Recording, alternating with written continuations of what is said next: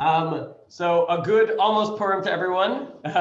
Things are getting busy, exciting, but I wanted to talk a little bit about Purim. To share a question that has often baffled us, and it actually started with a class maybe 3, 4, 5 years ago.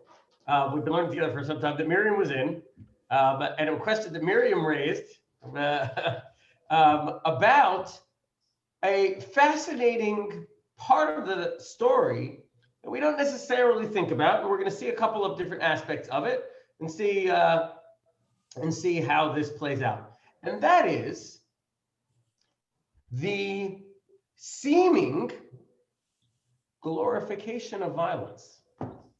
Think about the way the Purim story plays out, especially as this is something that we talk about with children. We talk about it, as part of our educational message for the youngest kids.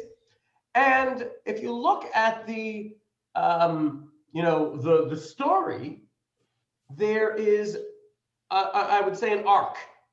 There's the arc of the, and there's lots of different models of this in different literature genres, but there's the arc of, the setting up of the challenge, the setting up of the difficulty. The Jewish people are in danger. They're in the foreign land. Then they have this adversary, Haman, who's going to make everything bad, and he's going to lay close. And then the Jewish people rise up and rise to the challenge. They pray. They have a heroine in Esther. And towards the end of the Megillah, the general theme is, and now this is sort of the if you can parallel this to the movie script, right? So the general theme of the movie, this is showing how it's all going to be great. So if you think about this in a sort of a movie, film novel type of model, right? The last chapter of the novel or the movie or the whatever is after they've achieved the insurmountable, they've beaten the monster, the difficulty, and now it plays out how everything is wonderful. Okay, that seems to be the arc. And with that in place, so the story is kind of unusual in that at the very end it goes through as part, again, think about it in that context. This is a description of how everything's great. It goes through the death toll of our enemies. And it lists how many people we killed in this place and that place, and how many people died in this way and that way. The question Miriam asked those a couple of years ago was, is that really the Jewish way? Right? Where part of our celebratory narrative is how many of our enemies died. And the truth is that it's a question that's raised in a variety of different places and contexts in Jewish thought and philosophy, right? The question that's often raised, binfol oivecha al tismach. It's a very famous dictum in Jewish tradition. Binfol oivecha al tismach is, thou shalt not rejoice at the fall of your enemies. And one of our great Jewish heroines of the time of the Talmud is a woman by the name of Bruria. Bruria was the wife of Rabbi Meir. And Bruria was a brilliant scholar of Tanakh. And the Talmud tells a story of how her husband was a public figure, and as sometimes happens with public figures, he was under attack. And there was a group of ruffians, of hooligans, and whomever, who, were incessantly, as they'd use the term in my house, cheppying her husband. And her husband was at his wit's end. He didn't know what to do. So he prayed. He says, God, I'm turning to you. And the phrase that he used in his prayer was, let something not so great happen to those fellows who are attacking me. And his wife intervened. And his wife told him, that's not the right way to pray. That's not the way we're supposed to pray. Our prayer is meant to be, God, please give those people the inspiration to turn their lives around and change their ways so they won't do the terrible things that they're doing and driving you nuts and driving you crazy, but that they should return. They should do tshuva. They should change their trajectory, their path, their mindset. Not that they should, have some terrible end befall them. And so that's what she told him, and she knew who her audience was. So she said, I'll teach you a pasuk. A pasuk from a chapter in Tehillim. The chapter is the chapter that we say called Baruch Nafshi at every Rosh Chodesh. And and again, I can't share screen because I'm having some glitchy here, but I'll share it with you what it says. The pasuk says the following. At the end of this long treatise on the way in which we bless God, Baruch Nafshi, it says the following. Yitamu chata'im min ha'aretz u'risha'im orinam. And I'll translate it very, very carefully. Yitamu, which means they should be eviscerated, ended, gone. Yitamu chata'im min ha'aretz. Sins from the land, u'risha'im orinam, and evildoers should be no longer. That's what the pasuk says. Baruch nafshi sema Luka. That's what the pasuk says. So she said, let's analyze the verse very carefully. It seems to be talking about people, right? Because that's what it says, Risha'im, the evildoers, should be no longer. So talking about it, we don't want any evildoers. It's talking about people, but what word does the pasuk use? The word the pasuk uses is Yitamu chata'im min ha'aretz, which means that sins should be eviscerated or complete from the world. It does not say sinners. It does not say sinners should be taken away from the world. It says sins should be taken away from the world. So she argued, the pasuk, this verse is teaching you, and by the way, the Talmud quotes her as the more authoritative opinion than her husband, and says that she was correct in her interpretation of the verse. And he should not have prayed for the downfall, the demise of his enemies, but rather for their repentance, or at least their changing of their ways. And so it says sins should be eradicated. It does not say sinners should be eradicated. And frankly, there is a very famous phrase that we say as part of our tefillah. It comes from a pasuk that says, Ki lo yachpotz b'mod haged, for God does not desire the death of the evildoer. Ki im b'shuvo b'darko b'chaya. What does God truly desire? That he be able to turn his path around. And he should live and not have to be punished. And by the way, we say that over and over again in our high holiday season prayers, applying it to ourselves. God, don't punish us. We say, no, you don't want us to be deserving of punishment because of our sins, but assist us in b'shuvo b'darko b'chaya, assist us in turning around.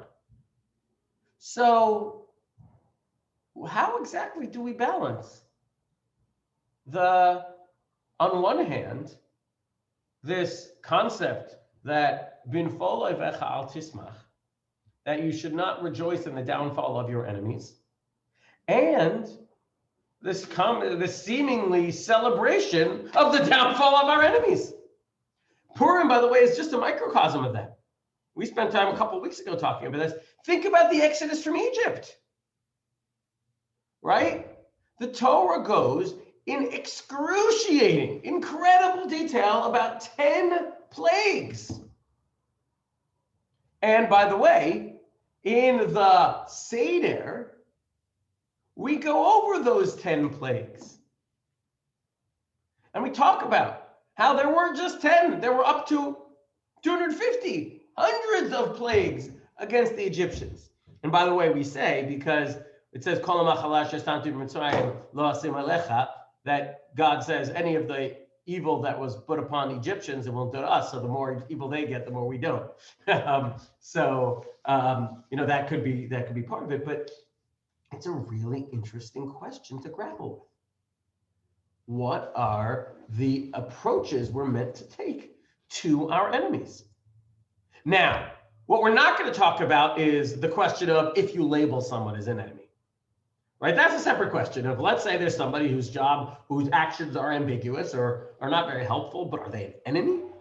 And so, do you give them the benefit of the doubt? We're not going to talk about that. We're going to start with the starting place of we have labeled someone an enemy. How do we approach them? How do we, look towards that person? And again, it's a, I'm just trying to see if I can bring back some of my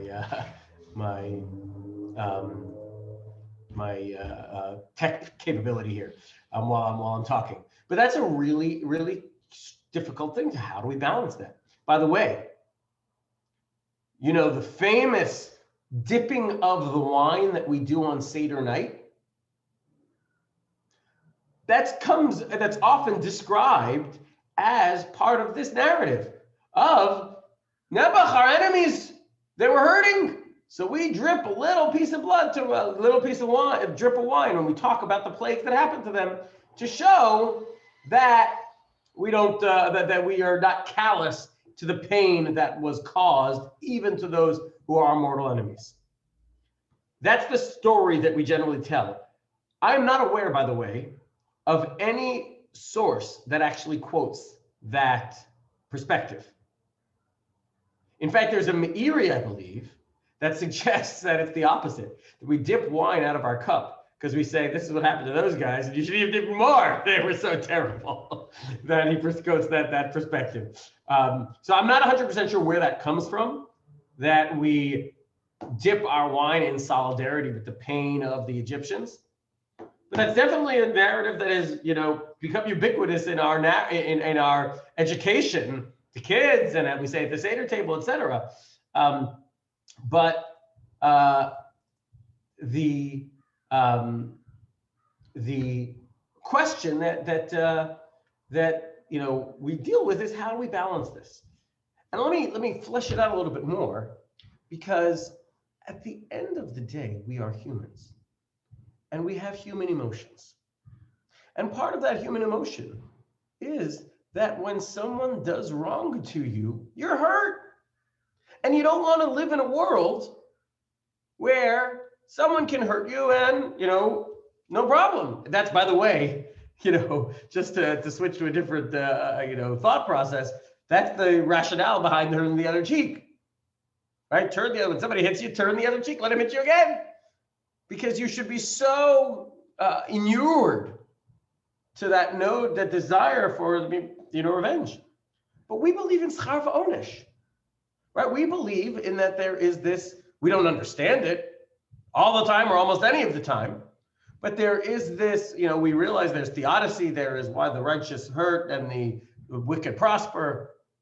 But there is this notion that we don't want our blood to be like Hefker.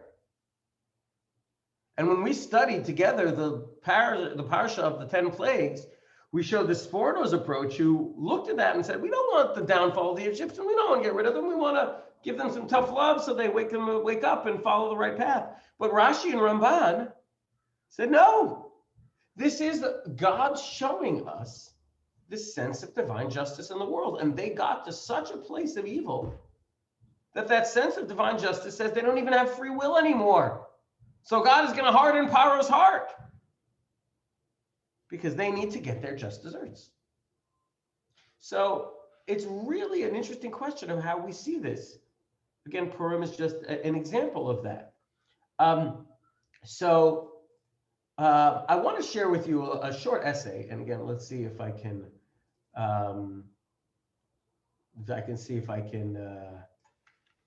pull this up. I'm having I'm going to try.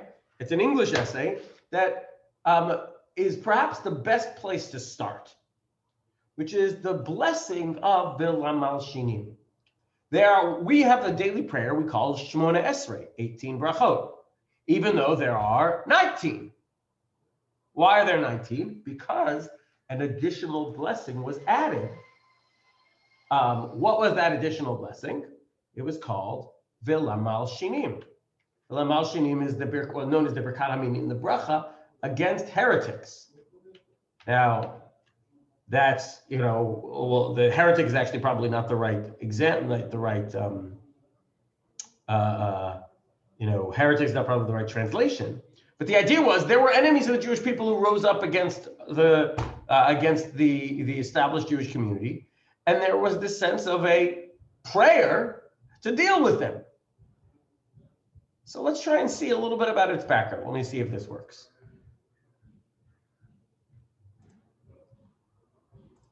See if you can see that. Do you see the text? All right. The 12th bracha against heretics. All right, can you see the text here? I can try and zoom in. The 12th bracha, this is written by a colleague of mine named Rabbi Jacob Bramlitz, who wrote it, in an exposition on the 19 brachot. So he wrote something. The 12th bracha against heretics is the one that was later inserted, with the result that there are 19 blessings in the 18 benedictions. According to Talmud and Brachos, this blessing was added in the days of Rabban Gamliel in response to an increase in heretics. According to Rashi, the Araminim heretics refer to denied divine origin of the Torah. The term minim is commonly not exclusively used in the Talmud to refer to early Christian sects, more comparable to today's Messianic Jews, the modern Christianity, etc. Okay. So who it was is irrelevant, is less. And in fact, the text we quoted is actually one approach. There was a different approach that others suggested that had nothing to do with people with different philosophical beliefs, but it had to do with the malshinim, which are those who would go to hostile authorities to invent stories against the Jews so that they would be persecuted. You would go to the government and say the Jews are rebelling against you, and you should go, destroy them. The blessing was written by Shmuel HaKatan in response to Rabbi Miller's request. Shmuel HaKatan is also cited in Pirkei Avot, quoting Proverbs 24:17, not to take joy in the downfall of one's enemies. So here is a fascinating story. You have this Rabbi Shmuel HaKatan, who is the espouser of Binfole Bechal Tismach. He's the guy who is as they say when they talk about Pirkei Avot and ethics of the fathers, they say Hu Haya Omer. That means that this is something that was just a big part of his essence. His essence was don't rejoice in the downfall of your enemies. And who did they pick to write the prayer against our enemies? Him, Shmuel HaKatan. Fascinating. So let's look at what he wrote. Okay? The prayer starts by requesting that slanderers have no hope. Heretical b'minim, bring a Jewish background, would slander mainstream Jews to the authorities. The bracha continues by asking that all evil disappear in an instant, and that God's enemies speedily be cut down. Next, we ask that God uproot, break up, chop, and bring low all doers of evil soon and in our lifetimes. We conclude with the blessing God, who breaks his enemies and humbles the wicked. However, due to centuries of censorship, many variations of bracha exist. And by the way, the difference between Nusach Sfarad and Nusach Ashkenaz and Eidon HaMizrach have variations about this. Okay? Look at this. Despite the addition of this 19th blessing, the prayer is now still called Shmona Esrei, because we don't want to make this blessing. For a desire that this blessing may be rendered unnecessary and removed, restoring our daily prayers to the originally intended 18. Isn't that interesting? So we still call it Shmona Esrei, even though that's not accurate, because it's Shmona Esrei, right? It's 18 because that's what we want to be. So if that's the case, this is the nexus of the issue, right? Because you have somebody who truly in his core and his essence believes we should not be rejoicing in the downfall of our enemies. And at the same time, he's the one who writes the blessing against our enemies. And if you look at the text, it really depends on your perspective. You could see that this is a text which is written reluctantly, as we showed. We don't change the name because we want to get rid of it. It was written by the person who was the most sensitive to this issue. And yet there are pretty harsh things that we say. We say, God, cut down the enemies, get rid of them, etc.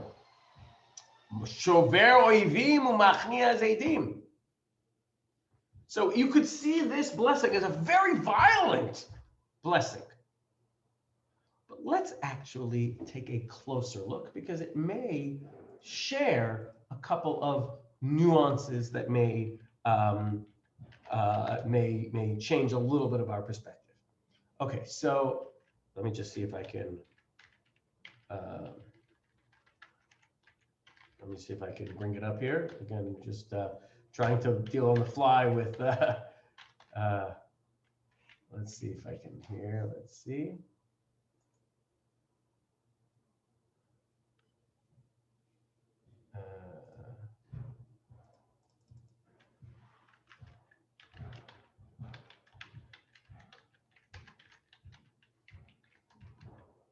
Okay, let's see, I'm just gonna bring it up here.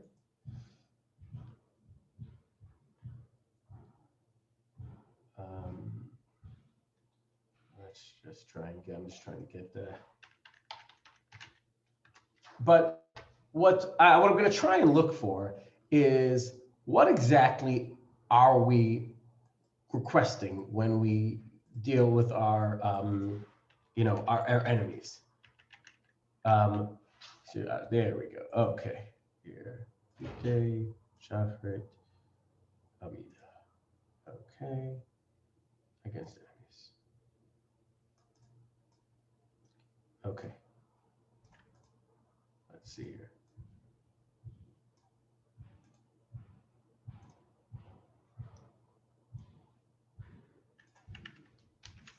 Okay, here we go.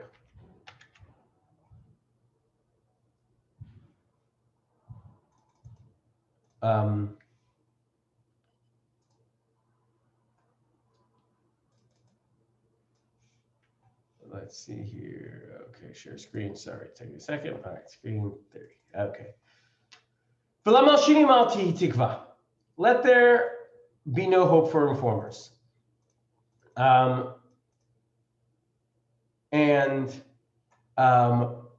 look at this is a quote of the commentary based on the Baruch She'amar of the Siddur. This petition was added to the original 18 edition. It was ordained by Gamliel and his Beis Din in Yavne, according to text Shmuel Katan. That's what we just had. It's directed against the early Christians who informed against Jews to the Roman authorities after the destruction of the Second Temple, causing them to be put to an excruciating, painful death. So what happened? These folks caused Jews to be tortured and killed. They informed to cause Jews to be tortured and killed. But look what it says. This particular prayer is basically a Talmudic interpretation of the verse, let sins be terminated on earth and the wicked be no more. You know who taught that pasuk? You know who interpreted that verse? Remember the woman we talked about Brurier before? So this verse is the source of this prayer. Okay? So let's look carefully at the words in Hebrew. Okay? Let's just focus on the words in Hebrew. V'lamalshinim al tihi tikva. Let there be no hope to the malshinim, to those, the informers. Let there be no hope. Notice what it doesn't say. It does not say, let them be killed. Let's keep going. Kol ha-rish'a kerega tovei. Now this word right here, rish'a, has been changed in a variety of different versions. Sometimes it says kol ha-risha'im kerega yovedu, which means the evildoers shall be eradicated. But this text is Kol Harisha, all evil in an instant should be eradicated. So notice, we are not directing our wrath on people. We are directing our wrath on evil. We want God to get rid of evil. Evil is perpetrated by people, right? Guns don't kill people, people kill people, right? Evil is perpetrated by people, but we're trying to say, God, get rid of the underlying issue. Not necessarily the symptom, so to speak, or the expression. Kol oivecha mehirai karetu. Now look at this. Kol oivecha mehirai karetu. All of your enemies. So first of all, notice what it says. It says all of your enemies. It's just almost taking ourselves out of the equation. How they express themselves as our enemy? By killing us. But the way we say is all of your enemies shall be immediately and quickly destroyed. So it could be that what we're saying is it's not the enemies of us, but if it's God's enemies, they should end they should be just be ended. And then what we say, Baruch Atah Hashem, we'll get to the end of the bracha here. Baruch Atah Hashem, shover oivim, you break the enemies, umachnia zeidim, and you subdue those who are insolent, who are against you. But it's interesting, the nature of what we're actually asking for is actually very vague. We don't ask for XYZ thing to occur. We ask for them to be broken. Now, what does broken mean? Broken could mean killed. Broken could mean excruciatingly tortured. Or broken should mean their desires and their mindset should be broken, and they should change to be something else. The idea of breaking someone is breaking them down and build them up as something else. So again, thinking along the lines of the Sforno, the idea here could be that we are actually trying to thread a very fine line. Now, let's not sugarcoat the level of evil that Jewish enemies have had against us in all generations. Whether it's been from evil of the Egyptians against us, to the evil of the Malshinim against us, to evil even within our lifetimes, evil that we have seen. Let's not sugarcoat that. And let's not, in the face of the, in the face of realizing, and trying to make sure that we are taking the high moral road, so to speak, let's not sugarcoat the depth of depravity and evil perpetrated against us, and the notion that we are not supposed to be, as they say, ke'even she'en la hofchim, purely a scapegoat. And so what this bracha tries to do is, in fact, thread a fine line. Now, what would you suggest is sort of the final denouement, pulling together of these ideas? So perhaps to suggest to look carefully at the text. Binfol oivecha al tismach. We should get no joy in the infliction of pain to any of God's creatures in and of itself. Right? We do not desire the affliction of pain inherently. Everyone is built b'tselem Elokim. We, believe in supporting and helping and being a or legoyim to everyone. Anyone built in the image of God. So binfol oivecha al tismach. By the way, that's the source of the famous halacha that we don't say the full rejoicing prayer of Hallel on the later days of Pesach, because famous midrash, it says that if God's creature are creatures are drowning in the sea, it's not appropriate that we should be singing a rejoicing song, ignoring the fact that God's creatures are drowning in the sea. However, and this is where it gets delicate, and it's not something we can say in a hard and fast notion. We can believe in the notion of crime, and not just the notion of justice, but crime and punishment. That there can and should be a way of righting the wrongs in the world through and using the vehicle of punishment, right? So, for example, Jewish law, secular law, every law has methodologies of punishment. And sometimes those methodologies of punishment, as we've studied together in this class, have been meant to be educational, corrective, and sometimes the punishment is get them out of the way of society because they're a danger, or have that sense of the change and the of pain when that is the method that is appropriate and measured to the evil that's occurred. And so perhaps we look at that prism, through that prism, to try and understand things like the Malshinim and the acts that you see in some of these stories in Tanakh, like Megillat Esther. Are we rejoicing at the fact that someone died inherently?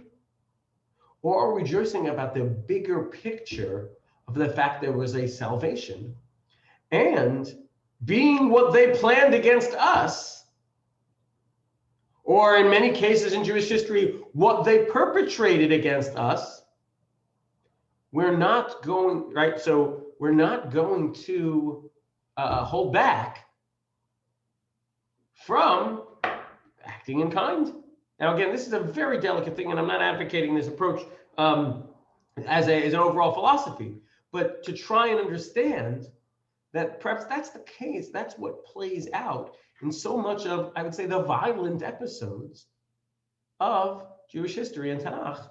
Violence that was perpetrated against us, and frankly, violence that ended up being part of our national narrative.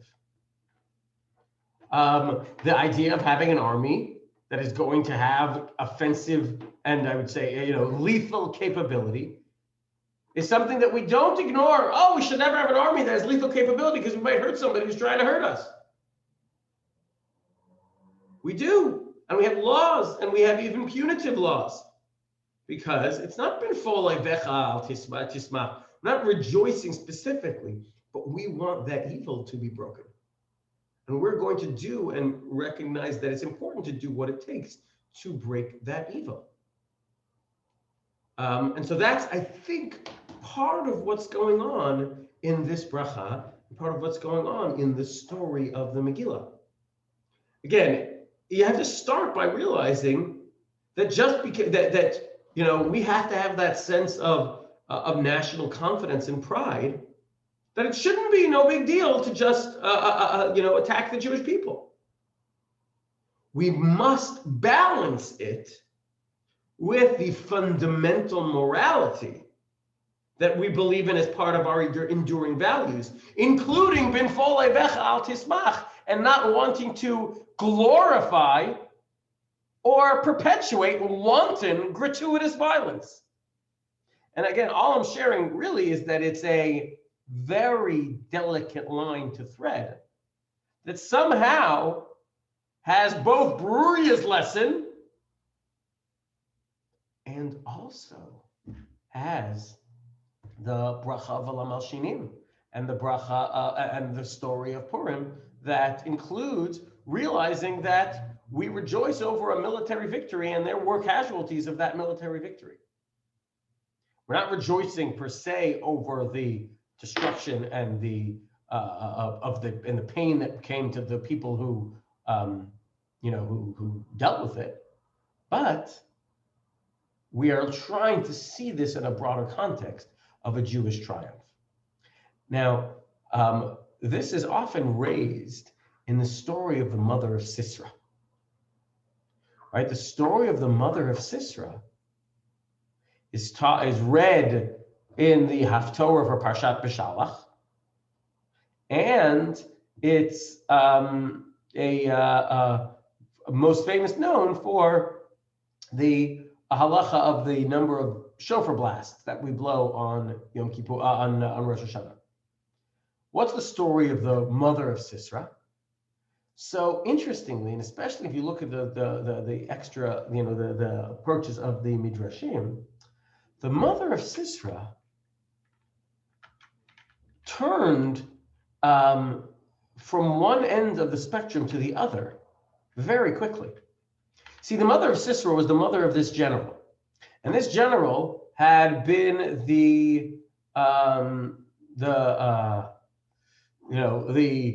most effective, most powerful general in world history at that time, definitely in the current war. And he was known for his brutality. He was known for his ruthlessness. He was known for taking no prisoners, Sisera.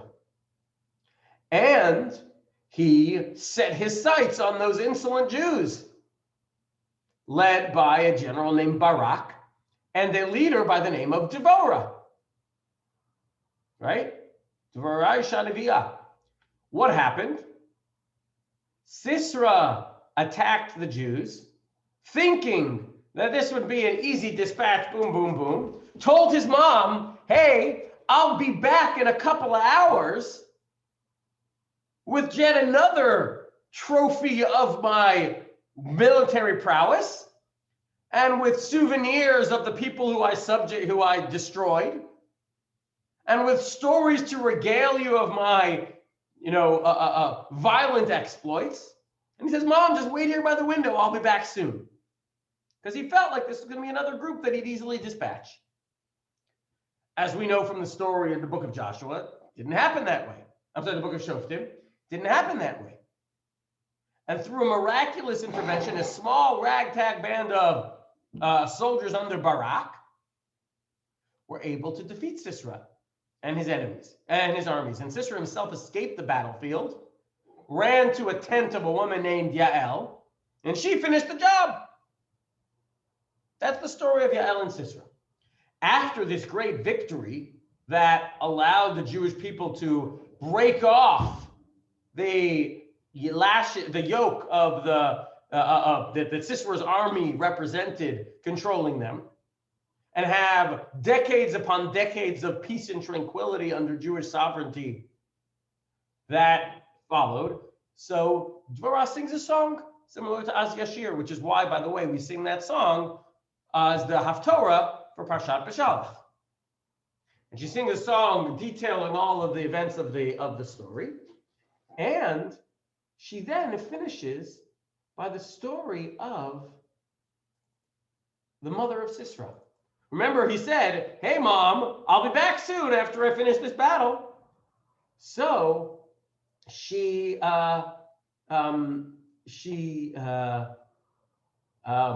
sits by the window, and there's a famous painting. Let me see if I can, let's see if I can get it for you here. Let's see, there we go. Screen. Right there. This is a painting by Albert Joseph in the 19th century painter who painted Sisera's mother. It says, Be'ad hayashnav, she's sitting and waiting, staring out the window. Be'ad hachalon nishkafa v'atya bevim Sisera be'ad hayashnav. Madua bo sheish rechmo labo. Madua echaru pamei merkavotav. She sits there and she looks out. Look at this expression of what was she waiting for? She was hearing, yeah, it's going to be a day like every other. He's going to come home and tell me about all his exploits and all the people he killed and all the pillaging he did, et cetera, et cetera. That's what she's waiting, ready to hear. Not a particularly, especially when you're the victim of where he was going, not a particularly sympathetic character. And how the tables turn. And she's waiting to hear what she hears every day about how successful her son was at killing people. And here she is waiting, and then she's wondering, You see in her face, again, this is just a poem, a painting, but I think the emotion that's meant to be evoked is she's slowly transitioning from being excited to hear of his exploits to being kind of worried. And that's what the pasuk says, Madua boshesh richbo lavo. Why is his chariot delayed? Madua cheru pamei merkabo. Why don't I hear? Why is it late and I don't yet hear the hoofbeats of his chariot? Chachmot sarat haneh. So do you know what? Her aides, her friends, all of the wise people around her, they reassure her, don't worry. Why? Halo yimtzu chalku shalal. Racham drachamatayim l'rosh kever. You know why he's being late? Because he's being extra violent. And he's going to come home with extra spoils. And he's busy killing even more people. That's why he's late. And so they calm her down by telling her this. You think about it. So what ends up happening? Somehow the time goes on and longer and longer. And this face transitioned to a face of excitement about his exploits on the battlefield to understanding the cold, hard reality of what happened. And do you know what Devorah finishes her songs? She says, Kain yovdu kol ovecha Hashem. This should be the results of all your enemies, God. Now think about the mother of Sisera. And by the way, she cried, the Midrash tells us she cries 100 times or 99 times, whatever the verse of the Midrash. And then we do 100 blasts, so to speak, in parallel. And again, is it in solidarity with her, in recognition, or is it to counter her prayer? But she cries, crying for her son. You say, of course, the power of a mother crying for her son. But then you think about the bigger picture. And what was she thinking just an hour before while she's waiting, looking at that window? She's waiting to hear the exploits of how he killed the Jews. And so what does Devorah say? Kain yovdu kol ovecha. That this idea of what we learn in Purim, v'nahafochu, that there could be a circle of the way things play out. And that which is planned against us ends up going and happening to the planners, to those who plot evil against us. That could be the concept of this delicate balance of the mother of Sisera. On one hand, we lay her out into what she is and what her goals were and what her daily appetite was from hearing of her son's exploits. On the other hand, we don't stop by painting her as, in a certain regard, a sympathetic figure in terms of the way that she's remembered over all of history. So it's a very delicate issue, and again, no answers today, but I think it's a interesting thing to, again, get some of that sense of inspiration through halacha, of seeing how these halachot balance these very delicate extremes of truly still having a sense of what I'll call humanity and morality in recognizing and caring for the fact that there shouldn't be pain, but also not ignoring, again, or sugarcoating that which is done, and realizing that there are sachar va'onish in the world. So with that, I'll end. Hopefully we'll have a joyous and a good chance to celebrate the positive and the happiness of Purim. And by the way, just as an interesting aside, that's perhaps why the celebrations of Purim are all about doing good to others. Celebrations of Purim are all about doing good to others, because that's how we counter the evil. Not by rejoicing at their demise, but by counteracting by saying that we act the opposite way. And we give gifts to the poor, and we send mishloach manot. And so that, I would say, is the concept that we try to approach when we present this nuanced and delicate balance. But as Hashem, we should all have a chance to be able to have happy occasions and share in good tidings and good for all of Klal Yisrael. Please.